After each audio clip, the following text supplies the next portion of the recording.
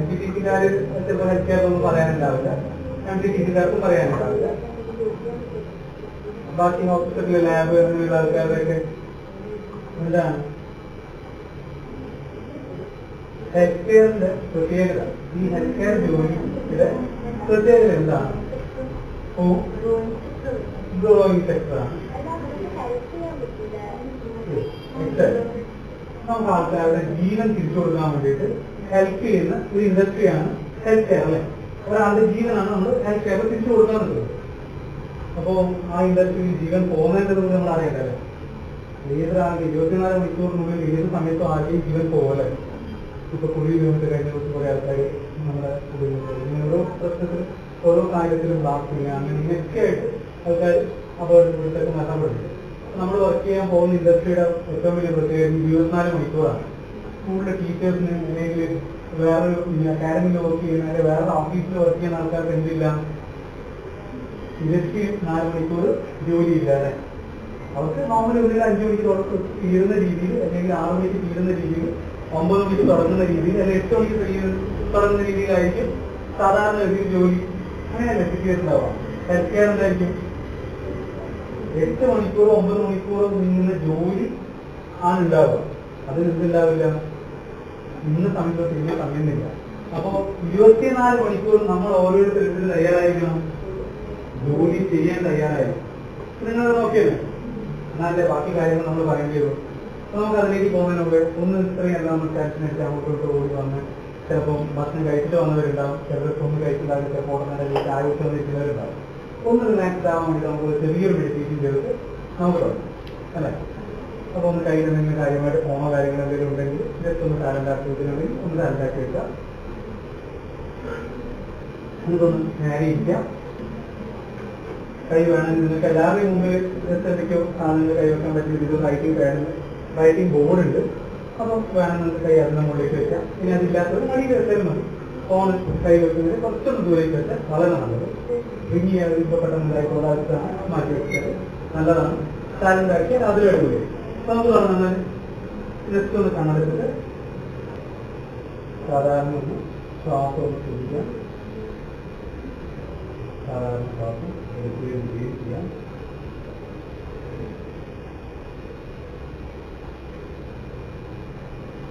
ശ്വാസം ശ്രദ്ധിച്ചുകൊണ്ടേയിരിക്കാം. നമ്മുടെ ചുറ്റുപാടിലുള്ള ശബ്ദം എന്തൊക്കെയാണ് നമ്മൾ കേൾക്കുന്നത് കുറച്ച് ഒബ്സർവ് ചെയ്യാം. ദീർഘമായ ശ്വാസം എടുക്കുകയും വിടുകയും ചെയ്യാം.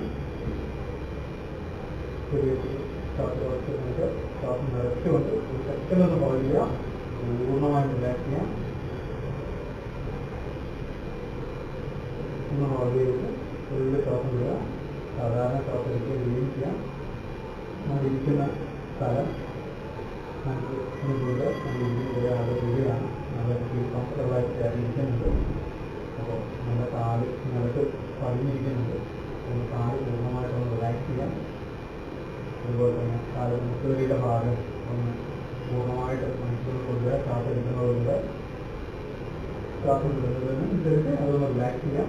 കാൽമുട്ടിന് മുകളിൽ ഉള്ള ഭാഗം മനസ്സിലേക്ക് കൊണ്ടുവരിക, റിലാക്സ് ചെയ്യുക. ഇരിക്കുന്ന ഒരു ഭാഗം മനസ്സിലേക്ക് കൊണ്ടുവരിക, റിലാക്സ് ചെയ്യുക. ശക്തിയായിട്ടുള്ള സമകാലത്തിൽ കുറച്ച് ഫുൾഫില്ലായിട്ടുള്ള സമകാലത്തിൽ നമുക്കൊക്കെ മനസ്സിലേക്ക് കൊണ്ടുവരിക. ശ്വാസം എടുത്തുകൊണ്ട് പൂർണ്ണമായിട്ട് റിലാക്സ് ചെയ്യാം. ഈ ഭാഗങ്ങളൊക്കെ ഒന്ന് ആന്തരിക അവയവങ്ങളൊക്കെ വരുന്ന ഐഡിയത്തിൽ ഒന്ന് മനസ്സിലേക്ക് കൊണ്ടുവരിക. ശ്വാസം എടുത്തുകൊണ്ട് റിലാക്സ് ചെയ്യാം.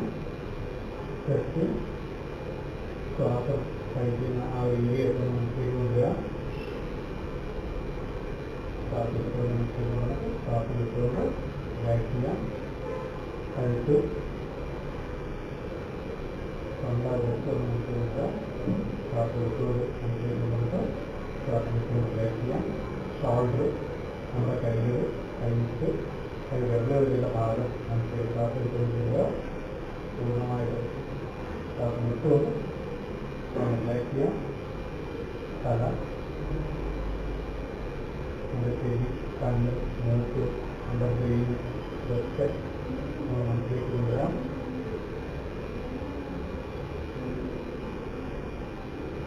ഹോൾഡ് ചെയ്ത് ശ്വാസം പൂർണ്ണമായിട്ട് വിടുക.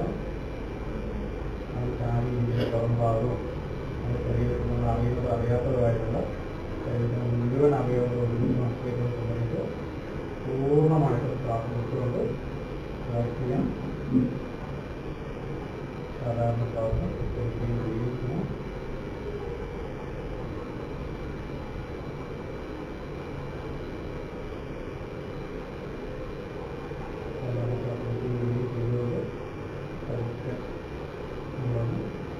സ്ഥലവും സൗണ്ടും നമ്മുടെ ചുറ്റുപാടുകളും ഒക്കെ മനസ്സിലേക്ക് കൊണ്ട് ആരോഗ്യയിരിക്കുന്നത് എവിടെയിരിക്കുന്നത് നമ്മളിരിക്കുന്ന പർപ്പസ് എന്തിനാണ് നമ്മൾ ഇരിക്കുന്നത് അതൊക്കെ മനസ്സിലേക്ക് കൊണ്ടുപോകാം.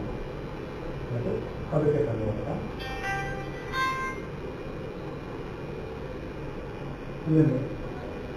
ഇതേ ഗുണമുണ്ട്. നമ്മളൊന്ന് റിലാക്സ് ചെയ്യാം. Thanks for your complete participation. അപ്പം നിങ്ങളെല്ലാവരും നിങ്ങൾ പരിചയപ്പെടുത്തി, ഞങ്ങളും പരിചയപ്പെടുത്തി. അപ്പം ഇതിൻ്റെ അകത്ത് സ്വാഭാവികമായിട്ടും നിങ്ങൾ നേരത്തെ പറയുമ്പോൾ പറഞ്ഞു ഹെൽത്ത് കെയർ എന്ന് പറയുന്ന ജോലി 24 മണിക്കൂറാണ്.